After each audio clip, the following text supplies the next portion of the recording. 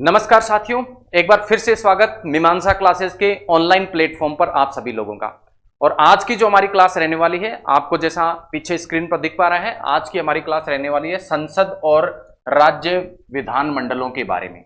संसद और राज्य विधानमंडल के जो कार्य हैं वो क्रमशः संघ सरकार और राज्य सरकार के लिए एक जैसे हैं, अर्थात लगभग एक जैसे कार्य संसद और विधानमंडल करते हैं। संसद ये कार्य संघ सरकार के संदर्भ में करता है, जबकि राज्य विधानमंडल कार्य ये राज्यों के संदर्भ में अपना कार्य करता है। चूंकि दोनों के कार्य एक जैसे हैं, तो इन दोनों का अध्ययन हम तुलनात्मक रूप से करेंगे, ताकि इनके कार्यों में जो छोटी छोटी बारीक अंतर हैं वो हमें समझ में आ सके और तुलनात्मक रूप से हम इनका ज्ञान प्राप्त कर सके। जैसा कि हमने पिछली क्लासेस में किया है, जिन भी पदों के कार्य या ऐसे कोई भी संस्थाएं हैं जिनके कार्य आपस में मिलते जुलते हैं, तो उनका अध्ययन हमने तुलनात्मक रूप से किया है। जैसे राष्ट्रपति और राज्यपाल के जो कार्य हैं वो मिलते जुलते हैं, इसलिए राष्ट्रपति और राज्यपाल का अध्ययन भी हमने तुलनात्मक रूप से एक साथ किया था। इसी तरह संसद और राज्य विधानमंडल का अध्ययन भी हम एक साथ तुलनात्मक रूप से करने वाले हैं, क्योंकि इनके कार्यों की जो प्रकृति है वो एक जैसी है।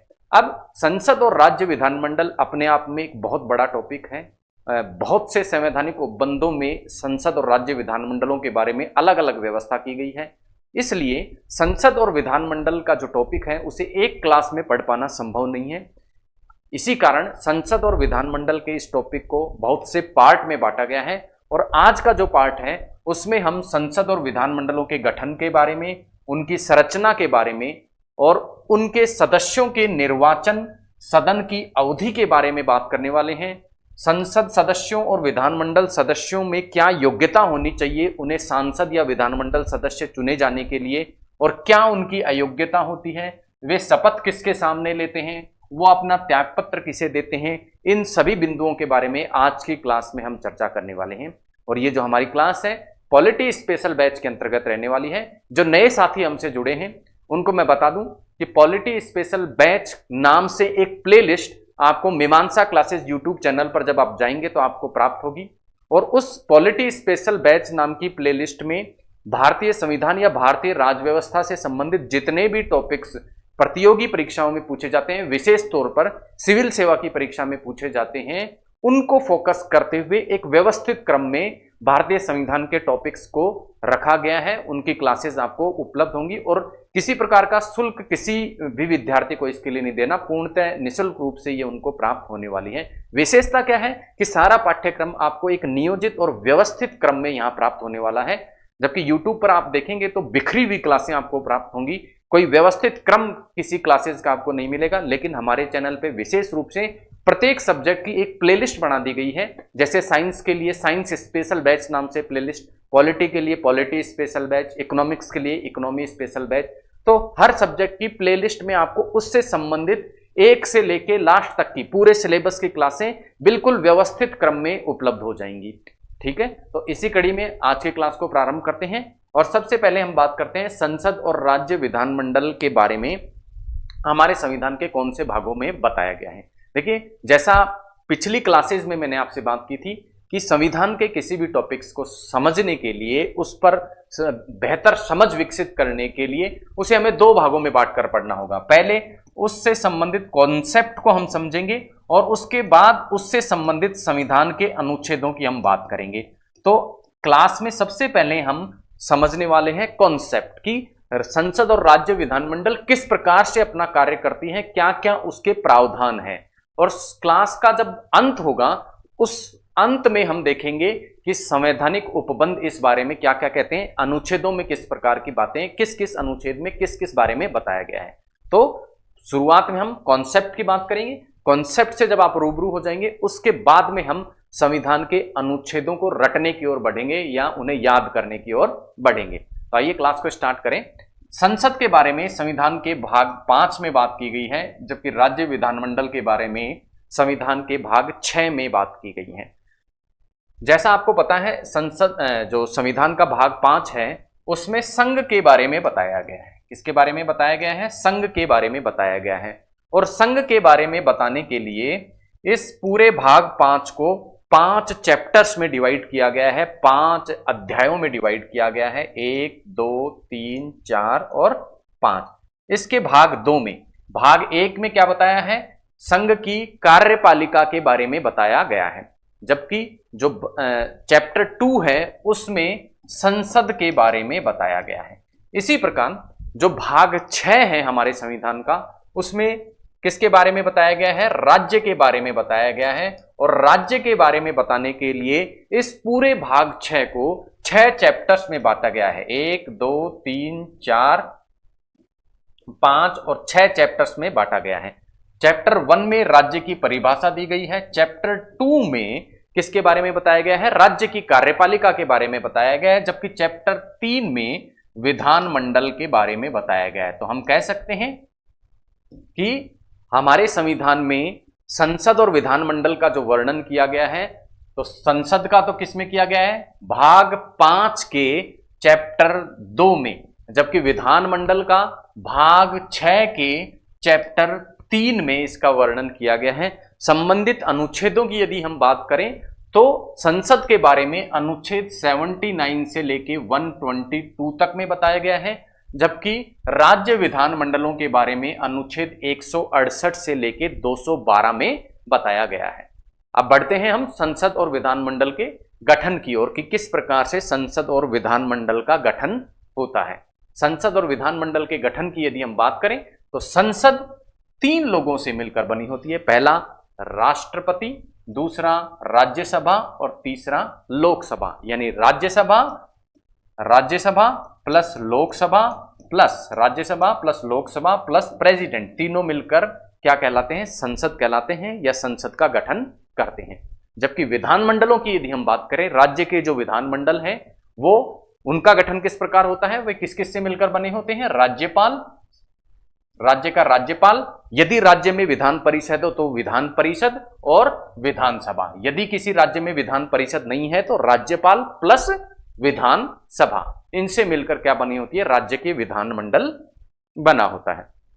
अब देखिए, विधान परिषद भारत के प्रत्येक राज्य में नहीं है, ज्यादातर जो राज्य हैं भारत के उनमें विधान परिषद नहीं है, केवल विधानसभा नाम से एक ही सदन होता है। तो ऐसे कौन कौन से राज्य हैं जहां के विधानमंडल में विधानसभा के साथ विधान परिषद भी है, अर्थात कह सकते हैं जहां विधान परिषद भी विद्यमान है, तो वे राज्य हैं आंध्र प्रदेश, बिहार, मध्य प्रदेश, महाराष्ट्र, कर्नाटक, तेलंगाना, उत्तर प्रदेश। इनमें क्या है, विधानसभा के साथ में विधान परिषद भी है, जबकि शेष राज्यों में केवल एक सदन विधानसभा नाम से है।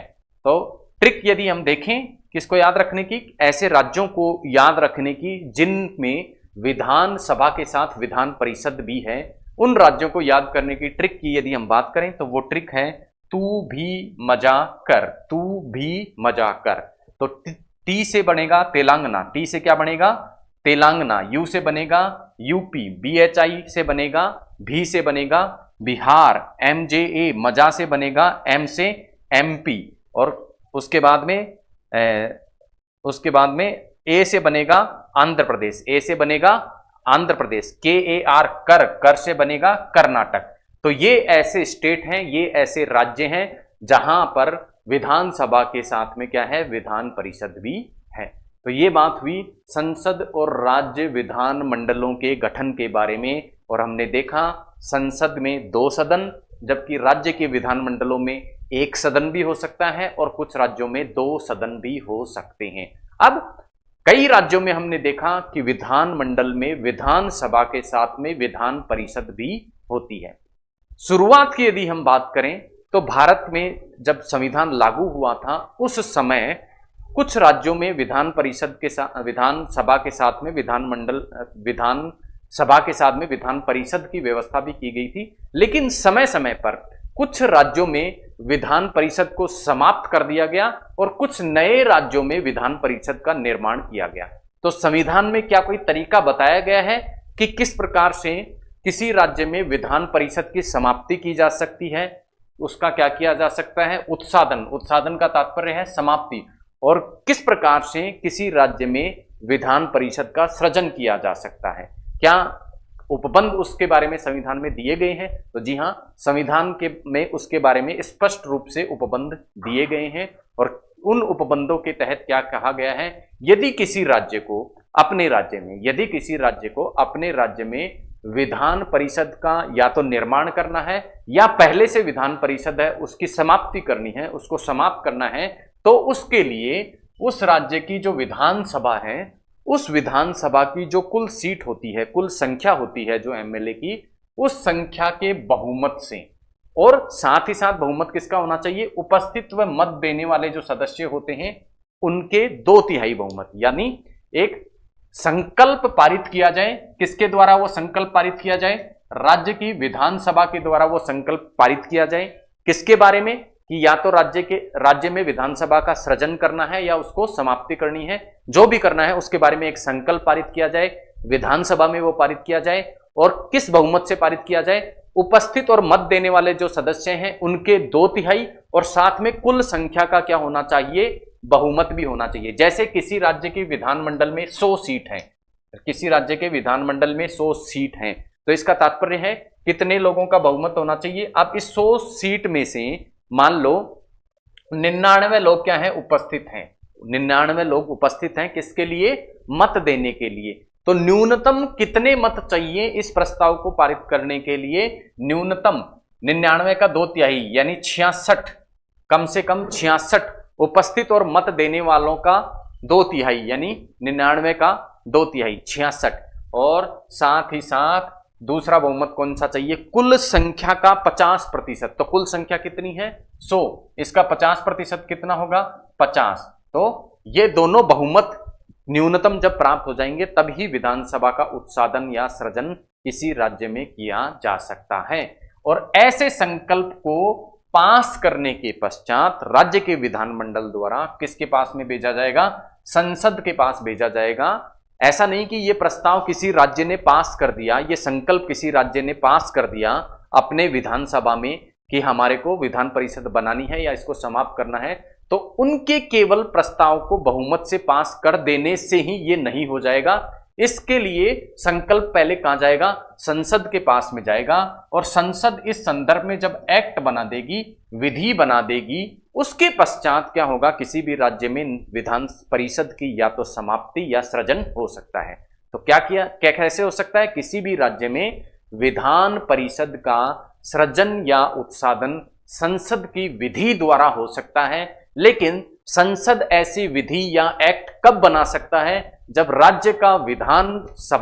की विधानसभा एक संकल्प पारित करे इस संदर्भ में अपने बहुमत से। और बहुमत कैसा होगा, इस प्रकार का बहुमत होगा। अब बहुमत की हमने बात करी, मान लो यहां पे उपस्थित जो सदस्य होते, तो वो यदि उपस्थित सदस्य कितने होते, 66 होते। उपस्थित सदस्य कितने होते, 66। 100 में से 66 लोग ही मत देने के लिए आए हैं, और इनका जो 2/3 है वो कितना हो जाता है, इनका 2/3 हो जाता है 44। लेकिन दूसरा बहुमत हमने साथ में कौन सा चाहिए, कुल सदस्यों का 50%, जो कि कितना होता है 50। तो यहां 44 से अब पार नहीं पड़ने वाली है, क्योंकि दूसरा बहुमत पार नहीं हो पा रहा है, क्योंकि दूसरा बहुमत न्यूनतम कितने मत मिलने पर होगा, 50। तो दोनों प्रकार के बहुमत जब पार हो जाते हैं तब ये प्रस्ताव पारित होकर, ये संकल्प पारित होकर संसद के पास भेजा जा सकता है। अब किसी भी राज्य में जब विधान परिषद का सृजन या उत्साधन किया जाएगा, तो क्या उसे संविधान संशोधन माना जाएगा, क्या उसे आर्टिकल 368 के अंतर्गत संविधान संशोधन गिना जाएगा? तो जी नहीं। किसी भी राज्य में चाहे विधान परिषद की समाप्ति हो, चाहे विधान परिषद की क्या हो, सृजन हो, दोनों ही किसके माध्यम से हो रहे हैं, आप देख रहे थे संसद द्वारा विधि बनाकर किए जा रहे हैं, ना कि किसी संविधान के संशोधन द्वारा। तो किसी भी राज्य में विधान परिषद का चाहे सृजन हो चाहे उसकी समाप्ति हो, दोनों में से किसी भी सूरत में संविधान का संशोधन नहीं होगा आर्टिकल 368 के अंतर्गत। ये था विधान परिषद का सृजन कैसे किया जा सकता है, उसका उत्साधन या समाप्ति कैसे की जा सकती है। अब इसके बाद हम पढ़ने वाले हैं संसद और राज्य विधानमंडलों की संरचना के बारे में, संसद और राज्य विधानमंडलों की संरचना के बारे में, और साथ ही साथ संसद और राज्य विधानमंडल के जो सदस्य होते हैं उनको उनका किस प्रकार से निर्वाचन किया जाता है या उनका किस प्रकार से मनोनयन किया जाता है। उससे पहले संरचना के बारे में बात करने से पहले मैं आपको बता दूं कि संरचना में हम संसद की संरचना की बात करेंगे और साथ ही साथ विधानमंडल की संरचना की बात करेंगे। संसद की संरचना की बात करेंगे और विधानमंडल की संरचना की बात करेंगे। और इससे पिछली स्लाइड में आप देख चुके हैं, संसद की संरचना में लोकसभा और राज्यसभा थे जब हमने गठन के बारे में बात की थी। इसी प्रकार विधानमंडल में विधानसभा और विधान परिषद नाम से 2 सदन होते हैं। राज्यसभा और विधान परिषद के जो कार्य होते हैं वो लगभग एक जैसे होते हैं, इसलिए हम राज्यसभा और विधान परिषद की जो संरचना है उसको एक साथ पढ़ेंगे। इसी प्रकार लोकसभा और विधानसभा के जो कार्य होते हैं वो आपस में समानता रखते हैं, इसलिए लोकसभा और विधान परिषद की जो संरचना है उसको हम एक साथ पढ़ेंगे। तो इस प्रकार से तुलनात्मक अध्ययन यहां भी हम करेंगे, राज्यसभा का विधान परिषद से तुलना करते हुए और लोकसभा की विधानसभा से तुलना करते हुए। आइए देखते हैं राज्यसभा की संरचना और विधान परिषद की संरचना के बारे में हम बात करते हैं। पहले हम देखते हैं राज्यसभा की संरचना के बारे में। तो राज्यसभा की संरचना की यदि हम बात करें तो राज्यसभा 2 प्रकार के सदस्यों से मिलकर बनी हुई होती है। पहले प्रकार के सदस्य होते हैं मनोनीत या नाम निर्देशित सदस्य। मनोनीत या नाम निर्देशित सदस्य जिनका क्या किया जाता है, मनोनयन किया जाता है। किसके द्वारा किया जाता है आगे हम देखने वाले हैं। और दूसरे प्रकार के सदस्य होते हैं निर्वाचित सदस्य या चुने जाने वाले सदस्य जिनका चुनाव किया जाता है, निर्वाचन किया जाता है। इसी प्रकार विधान परिषद में भी 2 प्रकार के सदस्य हमें देखने को मिलते हैं। पहले प्रकार के सदस्य कौन से, नाम निर्देशित सदस्य या मनोनीत सदस्य, और दूसरे प्रकार के सदस्य निर्वाचित सदस्य या ऐसे सदस्य जिनका क्या किया जाता है, चुनाव किया जाता है, जिन्हें चुना जाता है चुनाव के माध्यम से। पहले बात करते हैं राज्यसभा के नाम निर्देशित या मनोनीत सदस्यों के बारे में। तो राज्यसभा के जो नाम निर्देशित या मनोनीत सदस्य होते हैं उनका मनोनयन या नाम निर्देशन सबसे पहले तो किसके द्वारा किया जाता है, हमें ध्यान रखना है किसके द्वारा किया जाता है, राष्ट्रपति के द्वारा किया जाता है। और ऐसे व्यक्तियों को राष्ट्रपति राज्यसभा में मनोनीत कर सकता है जिनको साहित्य, कला, विज्ञान और समाज सेवा का या तो विशेष ज्ञान हो या व्यवहारिक अनुभव हो। फिर से देखें, राज्यसभा में 2 प्रकार के सदस्य, कैसे कैसे, एक तो नाम निर्देशित सदस्य या मनोनीत सदस्य जिनका मनोनयन या नाम निर्देशन किसके द्वारा किया जाएगा, राष्ट्रपति के द्वारा। और दूसरे प्रकार के सदस्य कौन से, निर्वाचित सदस्य। पहले हम बात कर रहे हैं किसके बारे में, नाम निर्देशित या मनोनीत सदस्यों के बारे में जिनका मनोनयन किया गया राष्ट्रपति के द्वारा। कैसे व्यक्तियों को राष्ट्रपति इस हेतु मनोनीत कर सकता है, ऐसे व्यक्ति जिन्हें साहित्य, कला, विज्ञान या समाज सेवा का या तो विशेष ज्ञान हो या व्यवहारिक अनुभव हो। इसी प्रकार विधान परिषद में भी 2 प्रकार के सदस्य हमने देखे, नाम निर्देशित सदस्य और निर्वाचित सदस्य। नाम निर्देशित जो सदस्य होते हैं उनका मनोनयन किसके द्वारा किया जाता है, राज्यपाल के द्वारा किया जाता है। और किन लोगों का मनोनयन किया जाता है, ऐसे व्यक्ति जिन्हें साहित्य, कला, विज्ञान और समाज सेवा, ये सारे हमने किसमें देखे थे, राज्यसभा के मनोनयन में भी देखे थे। लेकिन एक चीज हमें यहां अलग दिखाई दे रही है, यही कारण है कि तुलनात्मक रूप से हम अध्ययन कर रहे हैं। क्योंकि यदि आप राज्यसभा को अलग से पढ़ लेते और विधान परिषद को फिर अलग से पढ़ लेते तो ये पॉइंट आप अपने दिमाग में नोट नहीं कर पाते कि सूक्ष्म अंतर क्या है। तो सूक्ष्म अंतर यहां तुलनात्मक रूप से हमें पकड़ में आता है कि जहां राज्यसभा की संरचना में तो नाम निर्देशन किस क्षेत्र के लोगों का होता है, साहित्य, कला, विज्ञान और समाज सेवा के क्षेत्र से होता है, जबकि विधान परिषद में इन चारों के अलावा एक और शब्द जोड़ा है, वो है सहकारी आंदोलन का। यदि किसी व्यक्ति को विशेष ज्ञान या व्यवहारिक अनुभव है तो उसे भी विधान परिषद में राज्यपाल सदस्य के रूप में मनोनीत कर सकता है। अब दूसरे प्रकार के सदस्यों की बात करते हैं, निर्वाचित सदस्यों के बारे में हम बात करते हैं। राज्यसभा में जो निर्वाचित सदस्य होते हैं उनका क्या होता है, चुनाव होता है। और वो जो चुनाव होता है वो किस विधि से होता है, आनुपातिक प्रतिनिधित्व की एकल संक्रमणीय प्रणाली के द्वारा ये चुनाव होता है। अब चुनावों से जो सदस्य चुने जाते हैं राज्यसभा में, उसके लिए राज्यों से जो व्यक्ति चुने जाते हैं उसके लिए जो वोटिंग की जाती है वो किसके द्वारा की जाती है? जो विधानसभा होती है राज्यों की जो विधानसभा होती है उसके निर्वाचित सदस्य या निर्वाचित जो एमएलए होते हैं वो वोटिंग किस प्रकार की करेंगे? आनुपातिक प्रतिनिधित्व एकल संक्रमणीय प्रणाली के द्वारा वोटिंग करेंगे और उस वोटिंग के द्वारा राज्यसभा के सदस्यों का चुनाव किया जाएगा। तो इस प्रकार से सीधे जनता मत नहीं देती है, क्या करते हैं? निर्वाचित सदस्य, राज्यों के निर्वाचित सदस्य या निर्वाचित एमएलए राज्यसभा के चुनाव में भाग लेते हैं एज ए वोटर या निर्वाचक मंडल के रूप में। इसलिए ये अप्रत्यक्ष प्रकार की चुनाव प्रणाली कहलाती है। केंद्र शासित प्रदेशों से राज्यसभा के सदस्यों का चुनाव किस प्रकार से किया जाएगा, इसके बारे में संविधान में क्या कहा गया है कि इसके लिए व्यवस्था क्या करेगी? संसद करेगी। इसके लिए व्यवस्था संसद करेगी कि देखिए राज्यों के लिए तो स्पष्ट रूप से व्यवस्था कर दी गई संविधान के अंतर्गत ही कि राज्यों से जो राज्यसभा के सदस्य हैं उनका चुनाव किसके द्वारा किया जाएगा? जो राज्य के निर्वाचित एमएलए हैं उनके द्वारा किया जाएगा। लेकिन केंद्र शासित जो प्रदेश हैं, केंद्र शासित प्रदेशों से राज्यसभा के सदस्यों का चुनाव किस प्रकार से किया जाएगा, इसके लिए व्यवस्था यह की गई संविधान में कि इसको संसद के ऊपर छोड़ दिया गया कि संसद विधि बनाकर यह निर्धारित करेगी, एक्ट बना के ये निर्धारित करेगी कि किस प्रकार से केंद्र शासित प्रदेशों से राज्यसभा के सदस्यों का चुनाव किया जाए। और संसद ने इस विषय में क्या एक्ट बनाया, क्या प्रणाली निर्धारित करी कि संसद ने निर्धारित किया कि जिस प्रकार से राज्यों में राज्यसभा के सदस्यों का चुनाव किया जाता है वैसे ही यूटीज या केंद्र शासित प्रदेशों में भी किया जाएगा। और वो प्रणाली कौन सी होगी? आनुपातिक प्रतिनिधित्व की एकल संक्रमणीय प्रणाली होगी। तो आपको ध्यान रखना है बारीकी से कि राज्यों के लिए व्यवस्था, राज्यसभा के चुनाव में सदस्य किस प्रकार चुने जाएंगे राज्यसभा के, तो राज्यों के संदर्भ में तो व्यवस्था हमारे संविधान में स्पष्ट रूप से कर दी गई, संविधान के अंतर्गत ही प्रणाली बता दी गई। लेकिन केंद्र शासित प्रदेशों के संदर्भ में यह अधिकार किसको दिया गया? संसद को दिया गया। और संसद ने फिर प्रणाली कैसी निर्धारित की गई कि जैसी राज्यों की प्रणाली है वैसी ही यूटीज या केंद्र शासित प्रदेशों के लिए भी रहने वाली है।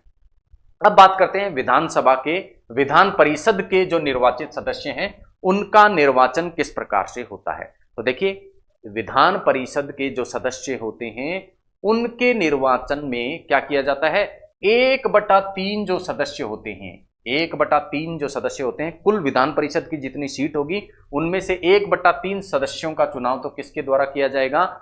उस राज्य की जो नगर पालिका या जिला बोर्ड या स्थानीय प्राधिकारी होते हैं वो मिलकर एक निर्वाचक मंडल बनाएंगे और उस निर्वाचक मंडल के द्वारा मिलकर क्या किया जाएगा? उस निर्वाचक मंडल के द्वारा किसका चुनाव किया जाएगा? विधान परिषद के 1/3 सदस्यों का चुनाव किया जाएगा।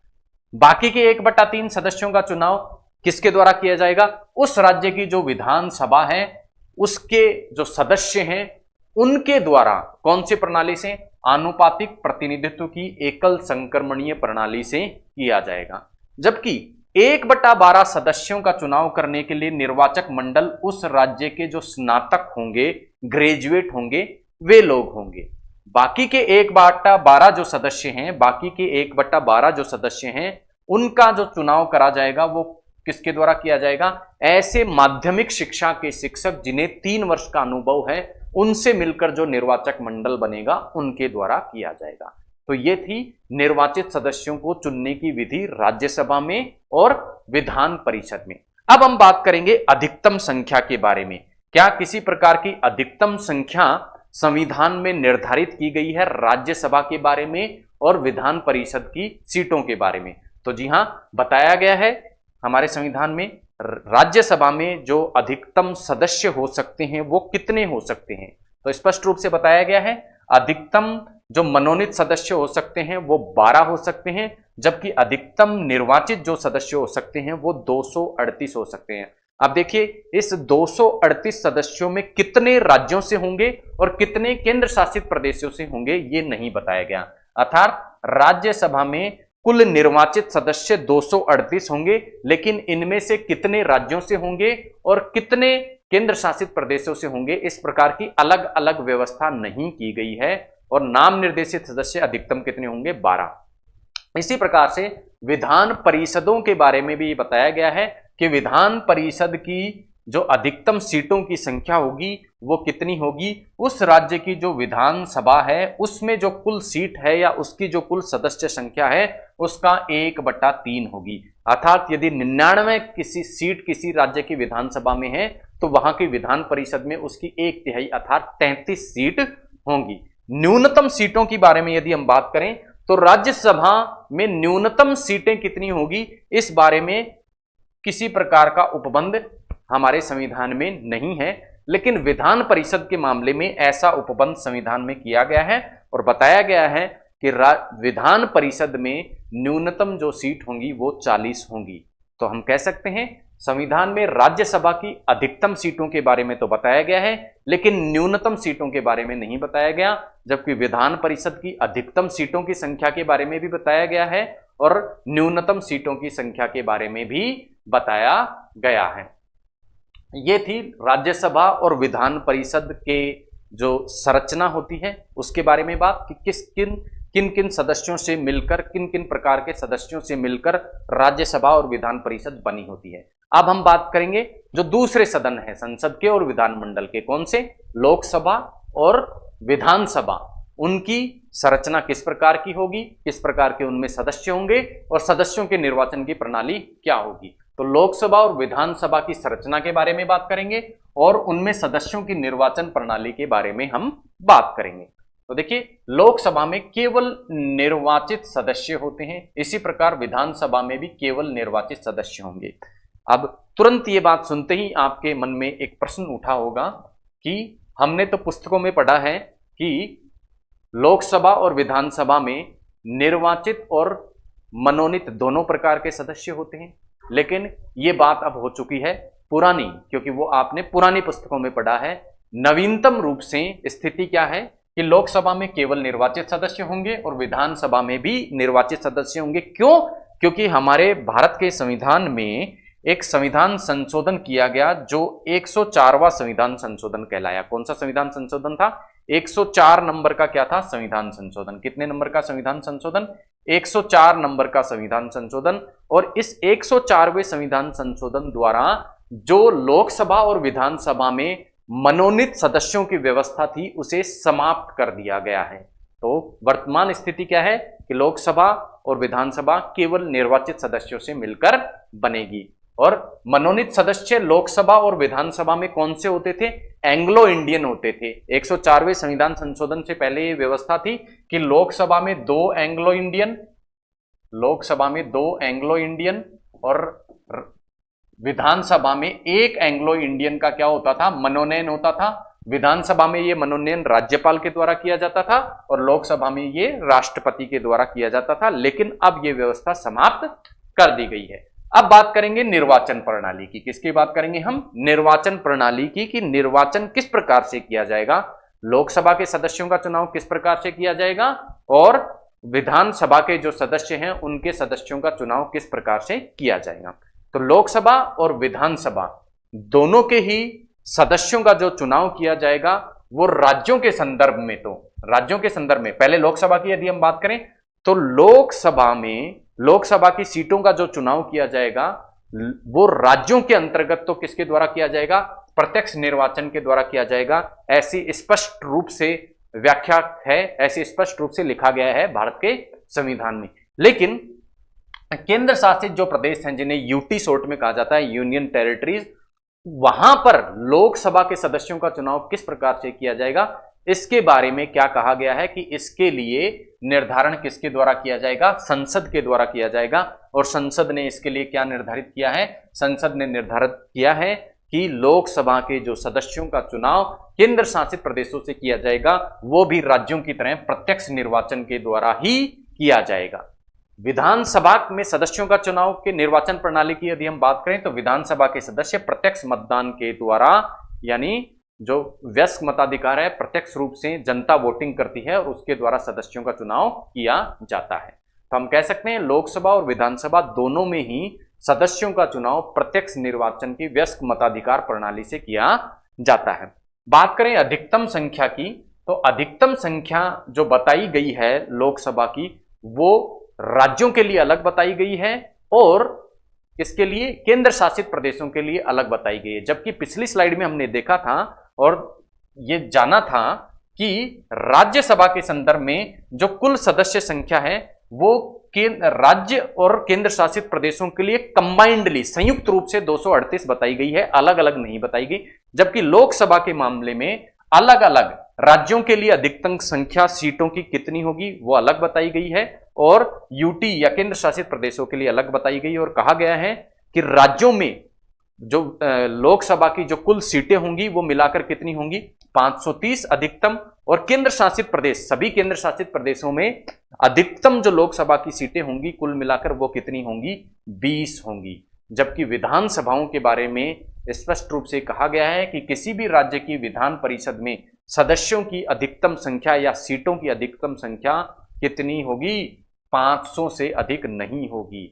न्यूनतम सदस्य संख्या की यदि हम बात करें, न्यूनतम सीटों की संख्या की यदि हम बात करें तो लोकसभा के संदर्भ में न्यूनतम सीटों के बारे में कुछ नहीं बताया गया है संविधान में, जबकि विधानसभा की जो न्यूनतम सदस्य संख्या है उसके बारे में स्पष्ट रूप से कहा गया है कि न्यूनतम जो सदस्य संख्या होगी वो कितनी होगी 60 होगी किसी भी राज्य की विधानसभा में। अब आपके मन में प्रश्न उठेगा कि हमने तो सुना है कि कुछ राज्यों में विधानसभा में सदस्यों की संख्या 60 से कम होती है, तो इसके लिए संविधान में एक अलग व्यवस्था और की गई है। यह बताया गया है कि हालांकि न्यूनतम संख्या विधानसभा में क्या होगी 60 होगी किसी भी राज्य में, लेकिन संसद चाहे तो विधि बनाकर 60 से कम भी क्या कर सकती है, किसी राज्य की विधानसभा की संख्या को निर्धारित कर सकती है। तो ये थी लोकसभा और विधानसभा की सदस्य संख्या और निर्वाचन प्रणाली।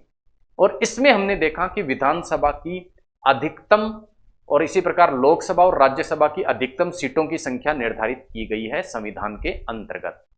अब वर्तमान की हम बात करेंगे कि वर्तमान में जो सीट है वो कितनी कितनी है, कहां पर, लोकसभा में और राज्यसभा में। राज्यसभा की यदि हम बात करें तो राज्यसभा में वर्तमान में कुल कितनी सीटें हैं, वर्तमान में कुल 245 सीटें हैं, जबकि संविधान में कुल सीटों की अधिकतम संख्या कितनी बताई गई है 238 प्लस 12। 238 तो क्या है निर्वाचित सदस्य और 12 क्या है मनोनीत सदस्य, लेकिन वर्तमान में है कितने 245 सीट।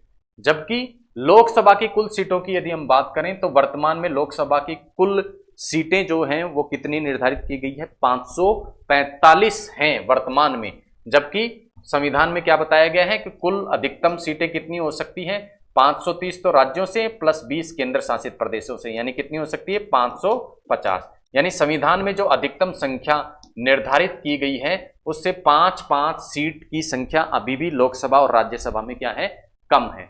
आइए देखते हैं राज्यसभा की। हमने देखा था कि कुल सीटों की संख्या कितनी 245, इसमें से 229 तो किस में से है राज्यों से है, जबकि 4 किस से हैं केंद्र शासित प्रदेशों से हैं। और केंद्र शासित प्रदेशों में से जो 4 सीट हैं वो 3 दिल्ली से हैं और 1 किस से हैं पांडिचेरी से हैं, और 12 सदस्य क्या हैं मनोनीत हैं। यानी मनोनीत सदस्य तो पूरे हैं 12 के 12, लेकिन जो अधिकतम 238 संख्या हो सकती है वो संख्या कितनी है राज्यसभा में, राज्य और केंद्र शासित प्रदेशों को मिलाकर अभी 229 ही है।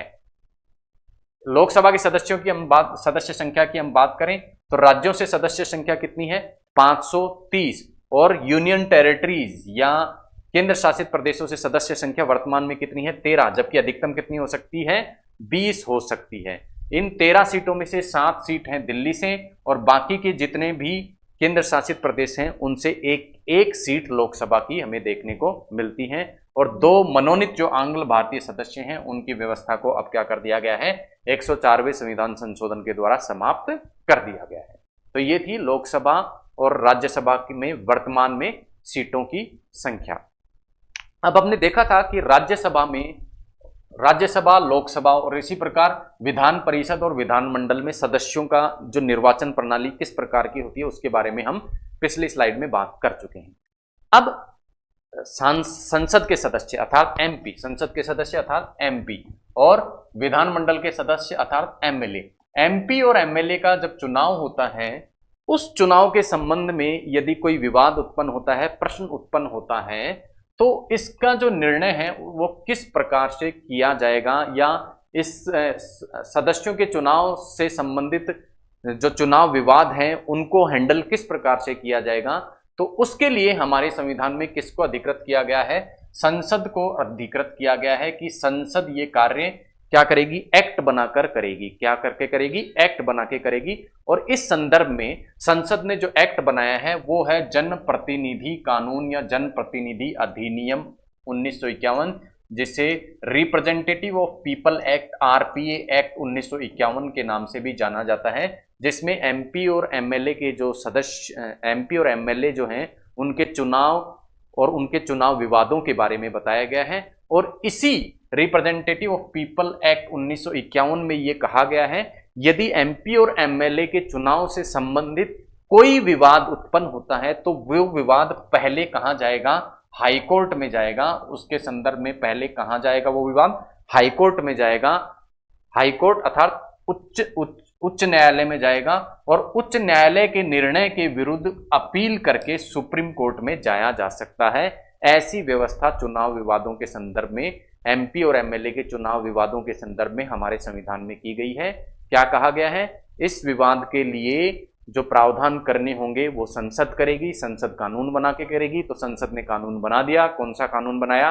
RPA act 1951। और इस कानून के तहत चुनाव विवाद के बारे में क्या कहा गया है? यदि एमपी और एमएलए का चुनाव से संबंधित कोई प्रश्न उत्पन्न होता है तो उसके लिए हाईकोर्ट में जाया जाएगा। हाईकोर्ट के फैसले के विरुद्ध सुप्रीम कोर्ट में जाया जाएगा। तो यानी ये दोनों जो बातें कही गई हैं ये संविधान में नहीं कही गई, ये किस में कही गई है? आरपीए एक्ट 1951 में कही गई है। लेकिन ये आरपीए एक्ट बनाने के लिए संसद को अधिकृत संविधान ने किया है। अब हम बात करते हैं कि संसद और विधानमंडलों की जो संरचना है, या कह सकते हैं हम जो सदस्यों की संख्या है या जो सीटों की संख्या है, उसमें क्या किसी प्रकार का परिवर्तन किया जा सकता है? तो जी हाँ, परिवर्तन है वो किया जा सकता है। अब देखिए ये परिवर्तन दो तरीके हो सकता है, हो सकता है। पहला, कुल जो सदस्य संख्या है, किसकी? सदन की कुल सदस्य जो संख्या है उसको, या सदन की जो कुल सीटों की संख्या है उनको बदला जाए, और प्रादेशिक निर्वाचन क्षेत्रों को आवंटन में परिवर्तन किया जाए। जैसे लोकसभा की कुल सीटें मान लो कितनी हैं? 545 मान लो कुल सीटें हैं, तो इनको बढ़ाकर कितना कर दिया जाए? 500 या 600 कर दिया जाए। और 600 सीटें किस प्रकार से निर्वाचन क्षेत्रों में बांटी जाएंगी, इसमें किसी प्रकार का परिवर्तन यदि किया जाता है तो उस परिवर्तन को क्या कहते हैं? हम पुनः संयोजन कहते हैं, पुनः समायोजन कहते हैं। यानी किसी भी सदन की कुल सीटों की संख्या को बदलना, ठीक है। और ये पुनः संयोजन लोकसभा और विधानसभा के संदर्भ में किया जाता है। कुल सीटों की संख्या का परिवर्तन करना और राज्यों को आवंटित जो प्रादेशिक निर्वाचन जो क्षेत्र हैं उनमें उनके आवंटन को बदलना क्या कहलाता है? पुनः समायोजन कहलाता है। क्या कहलाता है? पुनः समायोजन कहलाता है। और इस सदस्य संख्या या सीट आवंटन की रीति के सिद्धांत क्या होने चाहिए? क्या इस विषय में कोई सिद्धांत हमारे संविधान में बताया गया है? तो हाँ, इस पुनः समायोजन के बारे में एक सिद्धांत भी हमारे संविधान में बताया गया है। और ये सिद्धांत क्या है कि सीटों का पुनः समायोजन जो किया जाएगा वो किसका किया जाएगा? लोकसभा और विधानसभा की सीटों का किया जाएगा। किसके द्वारा, कैसे किसका किया जाएगा? लोकसभा और विधानसभा की जो सीटें हैं या सदस्य संख्या हैं उनका पुनः समायोजन किया जा सकता है। और इस पुनः समायोजन से उस सदन की क्या हो जाएगी? कुल सदस्य संख्या या सीटों की संख्या बदल जाएगी। साथ ही साथ जो प्रादेशिक निर्वाचन क्षेत्र हैं, अर्थात किस किस निर्वाचन क्षेत्र को सीटें किस प्रकार से बांटी जाएंगी, कुल सीटों की संख्या बदलेगी और उन सीटों का आवंटन जो है वो भी क्या होगा? बदल जाएगा। और ऐसा कब किया जाएगा? इसके लिए संविधान में क्या कहा गया है कि विधानसभा और लोकसभा में ऐसा पुनः समायोजन प्रत्येक जनगणना के पश्चात किया जाएगा। और हमारे देश में हर 10 साल में जनगणना होती है। तो कहने का तात्पर्य है हर जनगणना के पश्चात सीटों का लोकसभा और विधानसभाओं में पुनः समायोजन किया जाएगा। अब एक प्रश्न उठता है कि यह पुनः समायोजन कौन करेगा? राष्ट्रपति करेगा, प्रधानमंत्री करेगा, मंत्रिपरिषद करेगा, कोई और करेगा? तो इसके लिए क्या कहा गया है कि पुनः समायोजन ऐसे अधिकारी द्वारा किया जाएगा जो संसद एक्ट बनाकर निर्धारित करे। तो यह किस पे छोड़ा गया है? संसद पे। लेकिन संसद को इसके लिए क्या बनाना होगा? एक्ट बनाना होगा, कानून बनाना होगा। और यह समायोजन उस तारीख से लागू होगा जो तारीख राष्ट्रपति निर्धारित कर दे। यानी यह समायोजन या सीटों की संख्या जो बदलती है वो लागू होने की तारीख कौन निर्धारित करेगा? राष्ट्रपति निर्धारित करेगा। लेकिन किस प्रकार से ये सीटें बदलेंगी इसका निर्धारण किसके द्वारा किया जाएगा? ऐसे अधिकारी द्वारा जो संसद विधि द्वारा निर्धारित करे। और ये केवल वर्तमान में लोकसभा या विधानसभा की सीटों की संख्या को बदलेगा, वर्तमान की सदस्य संख्या को नहीं बदलेगा। जैसे सपोज 2023 अभी चल रहा है और वर्तमान लोकसभा की अवधि कितनी है? मान लो 2024 तक है। तो 2023 में यदि पुनः समायोजन किया जाता है तो वर्तमान में जो लोकसभा या विधानसभा चल रही है उनकी सीटों की संख्या में किसी प्रकार का अंतर नहीं पड़ेगा। ये कब से लागू होगा? जब से नई लोकसभा या विधानसभा गठित होगी, उसके पश्चात ये लागू होगा। और संसद ने इसके लिए 1952, जैसा मैंने आपको बताया, पुनः समायोजन के लिए किसके द्वारा किया जाएगा? ऐसे अधिकारी द्वारा किया जाएगा जो संसद विधि द्वारा घोषित करे। और विधि द्वारा संसद ने क्या घोषित किया गया है कि इस प्रकार का कार्य परिसीमन आयोग द्वारा किया जाएगा। और इस संदर्भ में संसद ने 1952 में, 1962 में, 1972 में और 2002 में परिसीमन आयोग बनाए थे। अंतिम परिसीमन आयोग 2002 में बना था जिसने सीटों के पुनः समायोजन किया था। तो इस प्रकार से 4 बार सीटों के पुनः समायोजन 1952, 62, 72 और 2002 में परिसीमन आयोग द्वारा किया गया। अब हमने बात की कि प्रत्येक जनगणना के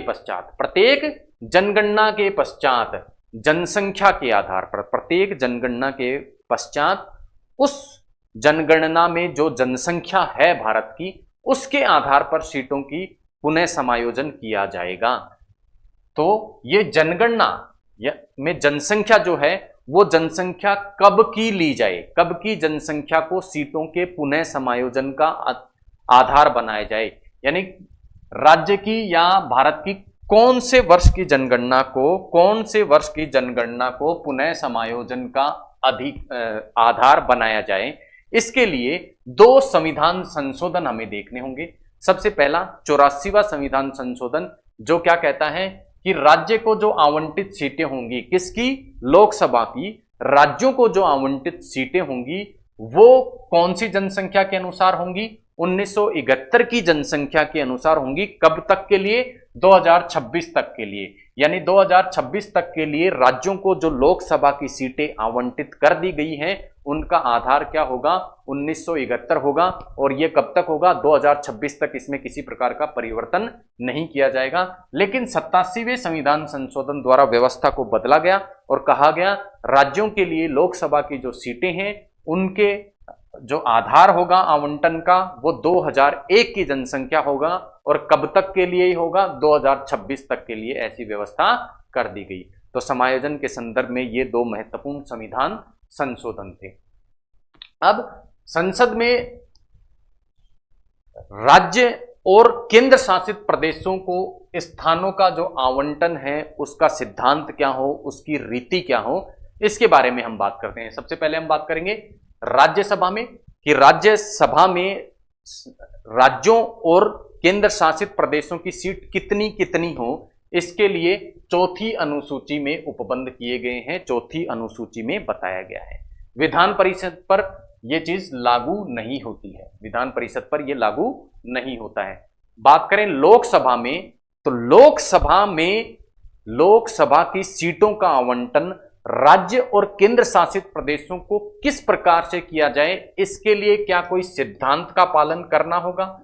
तो जो सिद्धांत है उसके बारे में संविधान में स्पष्ट रूप से बताया गया है कि किसी राज्य या केंद्र शासित प्रदेश को लोकसभा की कितनी सीटें दी जाएं, उसका आधार क्या हो? उसका आधार होगा राज्य की जनसंख्या, राज्य की जनसंख्या। और क्या सिद्धांत दिया गया कि प्रत्येक राज्य को आवंटित सीट, प्रत्येक राज्य को जो आवंटित सीट है वो उसकी जनसंख्या के अनुपात में होनी चाहिए। और अनुपात कौन सा देखा जाएगा? जनसंख्या का जो अनुपात है और राज्य की जो सीटों की संख्या का, राज्य की सीटों की संख्या और राज्य की जनसंख्या का अनुपात, आवंटित सीट, राज्य को आवंटित सीट और राज्य की जो जनसंख्या है वो प्रत्येक राज्य जैसे को क्या होनी चाहिए? लगभग एक जैसी ये अनुपात प्रत्येक राज्य के लिए निकलना चाहिए। जैसे कोई राज्य है ए, कोई राज्य है बी। ए राज्य की जनसंख्या कितनी है? मान लो 1 लाख है और इसको सीट कितनी दी गई है? मान लो 50 सीट दी गई है। कितनी दी गई है? 50 सीट। और बी राज्य की जनसंख्या मान लो कितनी है? 2 लाख है। सॉरी, ये आवंटित सीट ऊपर लिखें 50। ए राज्य को 50 आवंटित सीट की गई और इसकी जनसंख्या कितनी है? 1 लाख। जबकि बी राज्य की जनसंख्या यदि 2 लाख है तो ये अनुपात, दोनों का अनुपात एक जैसा रखने के लिए इसको कितनी सीट देनी होंगी? 100 सीट। तो ये सिद्धांत राज्य या केंद्र शासित प्रदेशों को सीटों को आवंटन करते समय अपनाया जाएगा। राज्य की जनसंख्या और सीटों का जो अनुपात है वो प्रत्येक राज्य में एक जैसा होना चाहिए। इस सिद्धांत की पालना करते हुए क्या दिया जाएगा? लोकसभा की जो सीटें हैं वो आवंटित की जाएंगी। अब राज्य के अंतर्गत राज्य को सीटों का आवंटन, जैसे कोई राज्य ए है, इसको लोकसभा की 50 सीटों को क्या कर दिया गया? आवंटन कर दिया गया। अब इस राज्य के अंतर्गत भी क्या किए जाते हैं? इन सीटों का आवंटन प्रादेशिक निर्वाचन क्षेत्रों के द्वारा किया जाता है। ए राज्य में अलग अलग निर्वाचन क्षेत्रों को अलग अलग लोकसभा की सीट आवंटित की जाती है। तो इन प्रादेशिक निर्वाचन क्षेत्रों को सीट आवंटित करते समय भी इसी सिद्धांत का पालन किया जाएगा। अर्थात प्रत्येक प्रादेशिक निर्वाचन को दी गई सीट और उस प्रादेशिक निर्वाचन क्षेत्र की जो जनसंख्या है वो सभी निर्वाचन क्षेत्रों के लिए एक जैसी होनी चाहिए। तो इन दो सिद्धांतों को पालन करते हुए क्या किया जाएगा? राज्यों को लोकसभा की सीटों का आवंटन किया जाएगा। लेकिन 60 लाख से कम जिन राज्यों की जनसंख्या है उन पर ये दोनों सिद्धांत लागू नहीं होंगे। ऐसी व्यवस्था 31वें संविधान संशोधन 1973 के तहत की गई। तो ये दोनों सिद्धांत कौन से राज्यों पर लागू होंगे? ऐसे राज्य जिनकी जनसंख्या 60 लाख से अधिक है। अब बात करें विधानसभा को जो सीटों का आवंटन किया जाएगा वो कैसे किया जाएगा? सेम प्रिंसिपल, समान सिद्धांत के आधार पर ही किया जाएगा। विधानसभा की सीटों का आवंटन भी प्रादेशिक निर्वाचन क्षेत्रों को इस प्रकार से किया जाएगा कि एक प्रादेशिक निर्वाचन क्षेत्र की जनसंख्या और सीट का अनुपात दूसरे प्रादेशिक निर्वाचन क्षेत्र की जनसंख्या और सीट के बराबर हो। जैसे जयपुर को जो सीट है, जयपुर को मान लो 2 सीट दी गई और जयपुर की जनसंख्या 1 लाख है। अब जोधपुर है, मान लो जोधपुर की जनसंख्या मान लो कितनी है? 50,000 है, तो उसे मिलने वाली सीट कितनी होगी? 1। तो इस प्रकार से प्रादेशिक निर्वाचन क्षेत्रों को सीटों का आवंटन उनकी जनसंख्या के आधार पर किया जाता है। अब प्रश्न उठता है कौन सी जनसंख्या, कब की जनसंख्या? 2011 की जनसंख्या, 2001 की जनसंख्या, 91 की जनसंख्या या कब की जनसंख्या या वर्तमान की जनसंख्या? ये प्रश्न उठता है। तो जनसंख्या के तात्पर्य यहां संविधान में स्पष्ट रूप से बताया गया है और कहा गया है जनसंख्या का यहां पर तात्पर्य होगा, हमारा जो मूल संविधान था उसमें यह व्यवस्था की गई थी, जनसंख्या का तात्पर्य है ऐसी जनगणना के अनुसार जनसंख्या जिसके आंकड़े प्रकाशित हो गए हैं। अर्थात जैसे 2011 की जनगणना के आंकड़े प्रकाशित हो गए हों तो 2011 की जनगणना, ऐसा हमारे मूल संविधान में कहा गया था। लेकिन विभिन्न संविधान संशोधनों के द्वारा इस परिभाषा को बदल दिया गया। वो संविधान संशोधन कौन कौन से थे? 42वां संविधान संशोधन, 84वां संविधान संशोधन और 87वां संविधान संशोधन। इन संविधान संशोधनों के माध्यम से परिभाषा को बदला गया। किस परिभाषा को? कि राज्य को लोकसभा की सीटें जो आवंटित की जाएंगी या विधानसभा की जो सीटें आवंटित की जाएंगी उनके लिए जनसंख्या किस वर्ष की ली जाए, उस व्यवस्था को बदला गया। मूल संविधान में क्या कहा गया था कि लास्ट जो जनगणना हुई है, अंतिम जो जनगणना हुई है उसकी जनसंख्या को लिया जाए। लेकिन 42वें संविधान संशोधन 1976 के द्वारा सबसे पहले इस व्यवस्था को बदला गया और कहा गया वर्ष 2000 तक कौन सी जनसंख्या को माना जाएगा? 1971 की जनसंख्या को तो माना जाएगा राज्यों को लोकसभा की सीटों के आवंटन का आधार, और राज्य के अंतर्गत प्रादेशिक निर्वाचन क्षेत्रों को जो सीटों का आवंटन किया जाएगा उसके लिए कौन से वर्ष की जनसंख्या को लिया जाएगा? 1971 की जनसंख्या को लिया जाएगा। इस व्यवस्था को फिर से 84वें संविधान संशोधन 2001 के द्वारा बदल दिया गया और अब यह कहा गया कि 2026 तक कौन सी जनगणना को आवंटन का आधार माना जाएगा? राज्यों को सीटों का आवंटन का आधार जो माना जाएगा वो 1971 को माना जाएगा और राज्यों के अंतर्गत प्रादेशिक निर्वाचन क्षेत्रों को सीटों के आवंटन का आधार 1991 की जनसंख्या को माना जाएगा। फिर से व्यवस्था को बदला गया, कब? 87वें संविधान संशोधन 2003 के द्वारा, और अब यह व्यवस्था की गई है कि वर्ष 2026 तक जनसंख्या का तात्पर्य लोकसभा की सीटों का राज्यों का आवंटन के लिए जो जनसंख्या ली जाएगी वो तो 1971 की जनसंख्या ली जाएगी, जबकि राज्यों के अंतर्गत प्रादेशिक निर्वाचन क्षेत्र में सीटों का आवंटन 2001 की जनगणना के अनुसार किया जाएगा। यह था जनसंख्या का तात्पर्य किसके विषय में? सीटों के आवंटन के विषय में। अब हम बात करेंगे संसद के जो सदन है या राज्य विधानमंडल के जो सदन है उनकी अवधि क्या होगी, कितनी उनकी अवधि होगी, कितने समय तक उनका कार्यकाल होगा और क्या इस अवधि का विस्तार किया जा सकता है। तो संसद की यदि हम बात करें तो संसद में हमने बताए थे दो सदन, राज्यसभा और लोकसभा। तो राज्यसभा जो है वो विघटित नहीं होती है। सबसे पहले राज्यसभा विघटित नहीं होगी, लेकिन इसके 1/3 जो सदस्य हैं वो हर दूसरे वर्ष संसद द्वारा बनाई गई विधि के अनुसार क्या होते रहेंगे? रिटायर होते रहेंगे, सेवानिवृत्त होते रहेंगे। तो संसद तो कहने का तात्पर्य है राज्यसभा का विघटन नहीं होता, जबकि लोकसभा की जो अवधि होती है उसके बारे में संविधान में कहा गया है कि उसकी जो अवधि होगी वो उसके प्रथम अधिवेशन से। तो ध्यान रखिए, यहां से प्रश्न निकल सकता है कि लोकसभा की अवधि किस तारीख से गिनी जाती है? लोकसभा गठित होती है उस तारीख से 5 वर्ष, या लोकसभा की प्रथम बैठक से 5 वर्ष, या कब से? तो ध्यान रखना आपको, लोकसभा की अवधि 5 वर्ष होती है ये तो सभी को मालूम है, लेकिन कब से 5 वर्ष? उसके प्रथम अधिवेशन से 5 वर्ष। इसी प्रकार विधानसभा की जो अवधि होती है वो भी उसके प्रथम अधिवेशन से 5 वर्ष होती है, और विधान परिषद जो होती है वो भी राज्यों में विघटित नहीं होती। इसके 1/3 सदस्य प्रत्येक दूसरे वर्ष क्या होते रहते हैं? सेवानिवृत्त होते रहते हैं। लोकसभा को 5 वर्ष से पहले भी विघटित किया जा सकता है, इसी प्रकार विधानसभा को भी 5 वर्ष से पहले विघटित किया जा सकता है। लोकसभा की अवधि को बढ़ाया जा सकता है, लेकिन कब बढ़ाया जा सकता है? आपातकाल में बढ़ाया जा सकता है, और आपातकाल में भी लोकसभा की अवधि को 1 वर्ष, अधिकतम कितना बढ़ाया जा सकता है? एक बार में 1 वर्ष। 1 वर्ष से ज्यादा बढ़ा सकते हैं लेकिन एक बार में नहीं, एक बार में 1 वर्ष तक के लिए ही बढ़ाया जा सकता है। लेकिन जैसे ही आपातकाल हट जाता है तब वो विस्तार अधिकतम कितने महीने रहेगा? 6 महीने। जैसे 1 वर्ष लोकसभा की अवधि को बढ़ा दिया गया, लेकिन जैसे ही क्या होते हैं, मान लो 3 महीने होते हैं तो आपातकाल हट गया, अब पूरे 1 साल तक उसकी अवधि नहीं रहेगी। 3 महीने बाद आपातकाल हट गया है तो 3 महीने के बाद में अगले 6 महीने और क्या रहेगी? वो बढ़ी हुई अवधि लागू रहेगी। और इसी प्रकार की व्यवस्था विधानसभा के लिए है, एक बार में 1 वर्ष इसकी व्यवस्था उसको क्या करा जा सकता है? बढ़ाया जा सकता है। अब देखिए, जो हमारा मूल संविधान था उसमें लोकसभा की जो अवधि निर्धारित की गई थी वो कितने वर्ष निर्धारित की गई थी? कितने वर्ष निर्धारित की गई थी? 5 वर्ष, लेकिन उसको बढ़ा के कितना कर दिया गया था? 42वें संविधान संशोधन द्वारा 6 वर्ष कर दिया गया था, लेकिन 44वें संविधान संशोधन द्वारा उसे पुनः 5 वर्ष कर दिया गया, लोकसभा और विधानसभा की अवधि को। तो ये थे लोकसभा और विधानसभा की अवधि, उस अवधि में विस्तार और उससे संबंधित महत्वपूर्ण संविधान संशोधन।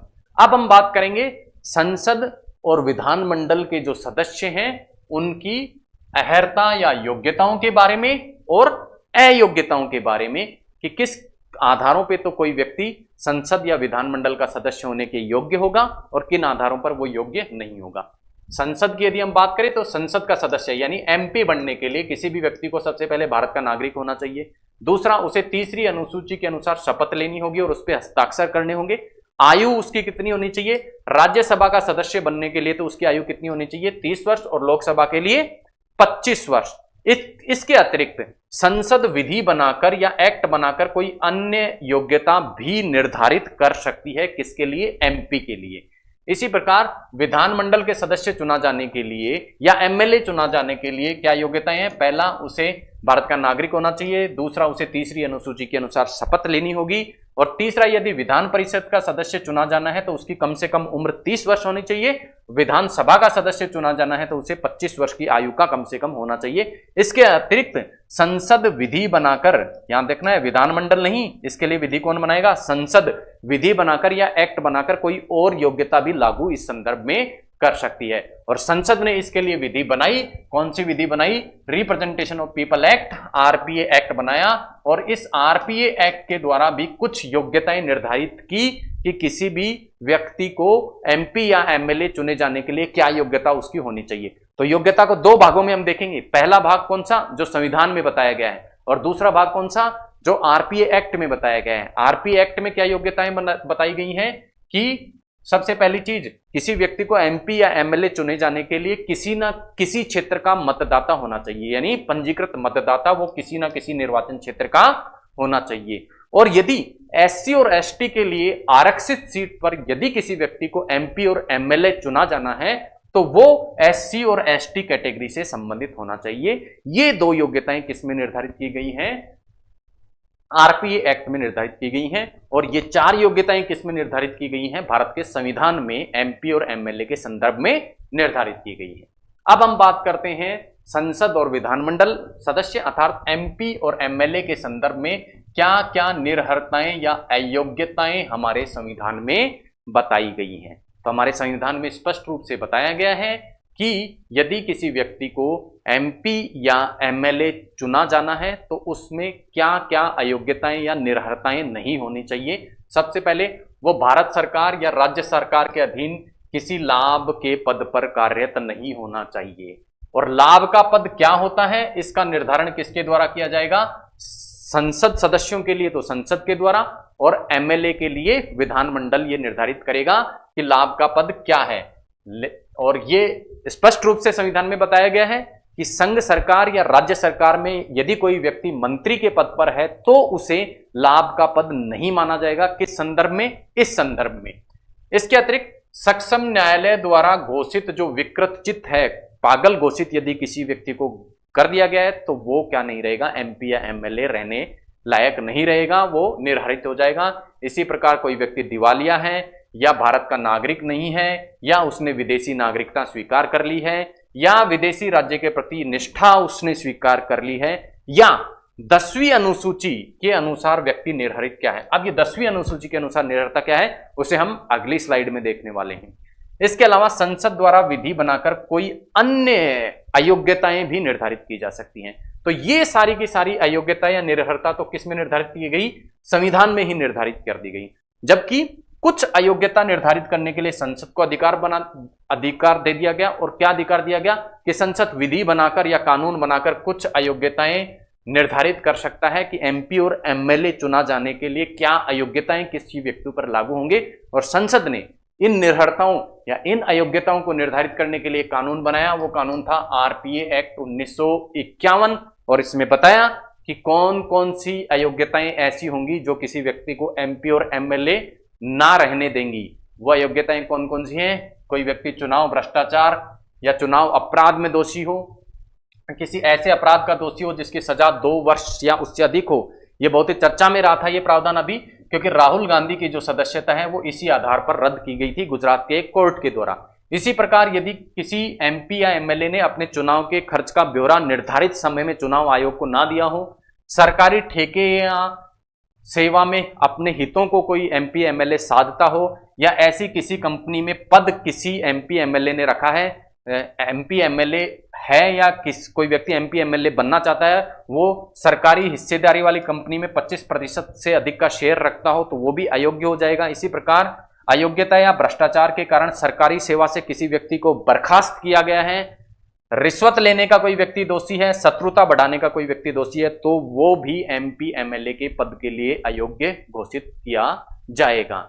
तो ये अयोग्यताएं तो बताई गई हैं आरपीए एक्ट में, जनप्रतिनिधि कानून में, और ये इधर वाली योग्यताएं बताई गई हैं किसमें? हमारे संविधान में। तो यहां से प्रश्न निकल सकता है, ऑप्शन आपको दे सकते हैं कि निम्नलिखित में से कौन सी अयोग्यताएं भारत के संविधान में बताई गई हैं। तो ये आपको अलग अलग ध्यान रखना है। संविधान में ये योग्यताएं बताई गई हैं और एक्ट बनाकर ये योग्यताएं निर्धारित की गई हैं। अब एक देखा था हमने 10वीं अनुसूची के अनुसार निर्भरता। आइए देखते हैं 10वीं अनुसूची के अनुसार निर्भरता क्या होती है। देखिए 10वीं अनुसूची के अनुसार निर्भरता का तात्पर्य है कोई व्यक्ति अपने राजनीतिक दल को यदि बदल लेता है तो उसको एमपी या एमएलए रहने के अयोग्य घोषित किया जा सकता है। मूल संविधान में यह व्यवस्था नहीं थी, इसे किसके द्वारा जोड़ा गया? 52वें संविधान संशोधन 1985 के द्वारा संविधान में जोड़ा गया और इसमें कहा गया कि दल बदल के आधार पर कोई व्यक्ति एमपी या एमएलए रहने के लिए निर्हर होगा, अयोग्य हो जाएगा यदि उसने स्वेच्छा से अपनी पार्टी का त्याग कर दिया, जिस पार्टी से वो चुनाव लड़ा था उस पार्टी को उसने छोड़ दिया, या फिर उसने पार्टी ने जो निर्देश दिया उन निर्देशों के विरुद्ध सदन में क्या किया? मतदान किया, या फिर मतदान में अनुपस्थित रहा, तो उसे भी क्या माना जाएगा? अयोग्य माना जाएगा। किसके अनुसार? 10वीं अनुसूची के अनुसार।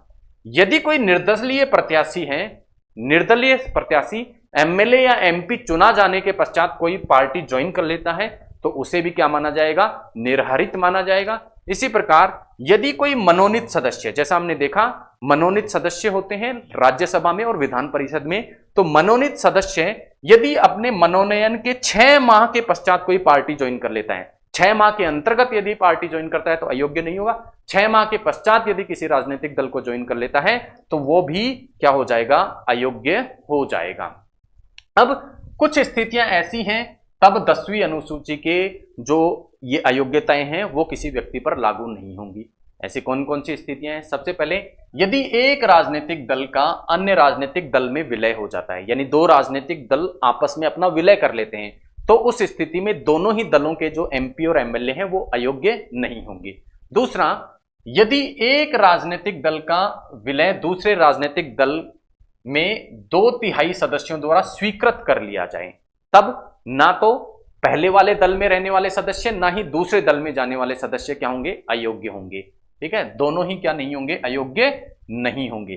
पहले 2/3 के स्थान पर क्या था? 1/3 सदस्य ही यदि दूसरी पार्टी में चले जाते हैं, यानी किसी पार्टी के 99 सदस्य हैं और 33 सदस्य चले जाएंगे तो बाकी के 66 सदस्य भी अयोग्य नहीं थे और जाने वाले ये 33 सदस्य भी अयोग्य नहीं थे, लेकिन इसको बढ़ाकर कितना कर दिया गया? 2/3। कब? 91वें संविधान संशोधन 2003 के द्वारा।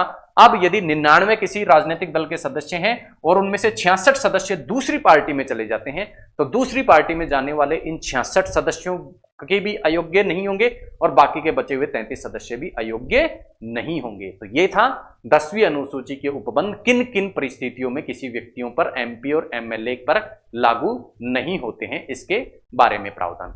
आगे चलते हैं और बात करते हैं विधानमंडल की सदस्य। अभी हमने देखा कि संसद एमपी या एमएलए जो होते हैं उनकी अयोग्यताएं क्या क्या होंगी, निर्भरताएं क्या क्या होंगी। अब हम बात करेंगे कि इन निर्भरताओं का निर्णय कौन करेगा कि ये अयोग्यता किसी व्यक्ति पर लागू है या नहीं है, इसका निर्धारण किसके द्वारा किया जाएगा। तो इसके बारे में बताया गया है एमपी या संसद सदस्यों के बारे में ऐसा निर्धारण किसके द्वारा किया जाएगा? राष्ट्रपति द्वारा किया जाएगा। और ये निर्धारण राष्ट्रपति के द्वारा किया गया निर्धारण अंतिम होगा, लेकिन राष्ट्रपति इसके लिए चुनाव आयोग से क्या लेगा? सलाह लेगा और चुनाव आयोग ने जो सलाह ली है उसी के अनुसार कार्य करेगा। लेकिन दल बदल के आधार पर जो अयोग्यता है उसका निर्धारण राष्ट्रपति द्वारा नहीं किया जाएगा।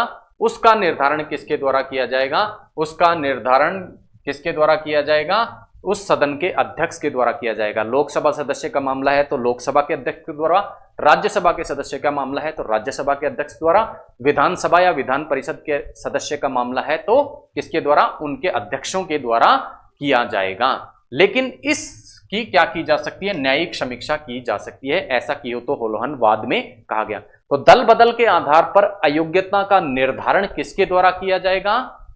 संबंधित सदन के अध्यक्ष के द्वारा किया जाएगा। जबकि अन्य अयोग्यताओं के बारे में निर्धारण किसके द्वारा किया जाएगा? एमपी या संसद सदस्यों के संबंध में तो किसके द्वारा किया जाएगा, राष्ट्रपति के द्वारा, और एमएलए या विधानमंडल के सदस्यों के बारे में किसके द्वारा किया जाएगा, राज्यपाल। और यह निर्धारण या फैसला अंतिम होगा, इस पर किसी प्रकार का जो है वो इसकी न्यायिक समीक्षा नहीं की जाएगी, और चुनाव आयोग की सलाह पर ही क्या करना पड़ेगा, राज्यपाल और राष्ट्रपति को अपने इस विनिश्चय पर या निर्णय पर पहुंचना होगा। ऐसी व्यवस्थाएं हमारे संविधान के अंतर्गत की गई हैं। आगे बढ़ते हैं और बात करते हैं, यदि कोई व्यक्ति निर्हरित है, अयोग्य है एमपी या एमएलए के रूप में, लेकिन फिर भी वो सदन की कार्रवाई में भाग ले लेता है, तब उस स्थिति में क्या हो, ऐसी स्थिति में अयोग्य होते हुए भी यदि कोई व्यक्ति सदन में बैठता है या मत देता है तो उसको 500 रुपए, जब पता लगेगा कि ये अयोग्य था फिर भी सदन में बैठा, तो उसे 500 रुपए प्रतिदिन के हिसाब से क्या देनी पड़ेगी, शास्ति देनी पड़ेगी, जुर्माना देना पड़ेगा। और इस जुर्माने की वसूली उस व्यक्ति से राज्य को दे ऋण के रूप में की जाएगी। तो ये थे निर्हरित होते हुए भी या बिना शपथ लिए हुए यदि कोई व्यक्ति सदन में बैठता है तो उस पर किस प्रकार का जुर्माना लगाया जाएगा, इसकी बात। अब बात करेंगे शपथ और त्यागपत्र, अंतिम बिंदु के बारे में, शपथ और त्यागपत्र। तो संसद के सदस्य चाहे विधानमंडल के सदस्य हों, वो अपने स्थान ग्रहण करने से पहले क्या लेते हैं, शपथ लेते हैं। और सांसद या संसद के सदस्य तो अपनी शपथ राष्ट्रपति के समक्ष लेते हैं, जबकि विधानमंडल के सदस्य अपनी शपथ किसके समक्ष लेते हैं, राज्यपाल के समक्ष लेते हैं। राष्ट्रपति या राज्यपाल ना हो तो उसके द्वारा नियुक्त व्यक्ति के समक्ष ये शपथ लेते हैं। और तीसरी अनुसूची के अनुसार ये लोग अपनी शपथ लेंगे। उसके बाद बात करेंगे हम त्यागपत्र की। तो त्यागपत्र किसे दिया जाएगा, इसके बारे में संविधान में कुछ नहीं कहा गया है कि एमपी और एमएलए अपना त्यागपत्र किसे देंगे, इसके बारे में संविधान में नहीं बताया गया है। इसके बारे में क्या व्यवस्था की गई है कि इसका निर्धारण सदन की प्रक्रिया नियमों द्वारा किया जाएगा, और प्रत्येक सदन ने अपनी प्रक्रिया नियमों के तहत ये निर्धारित किया गया है कि एमपी और एमएलए अपना इस्तीफा किसे देंगे। और इस नियमों के द्वारा ये निर्धारित किया गया है कि एमपी अपना इस्तीफा और एमएलए अपना इस्तीफा संबंधित सदन के अध्यक्ष को देंगे, यानी लोकसभा सदस्य लोकसभा के अध्यक्ष को, राज्यसभा सदस्य राज्यसभा के अध्यक्ष को, और विधानमंडल के सदस्य विधानमंडल के अध्यक्षों को अपना इस्तीफा या त्यागपत्र देंगे। तो ये था संसद और विधानमंडल का भाग प्रथम, जिसके बारे में विस्तार से हमने संसद और विधानमंडल के गठन, संरचना, उसके सदस्यों के चुनाव आदि के बारे में बात की, त्यागपत्र के बारे में बात की, शपथ के बारे में बात की। आशा है कॉन्सेप्ट इस संबंध में आपके क्लियर हुए होंगे। मिलते हैं अगली क्लास में, संसद और विधानमंडल के कुछ और विषयों के बारे में बात करेंगे। तब तक के लिए धन्यवाद। जय हिंद।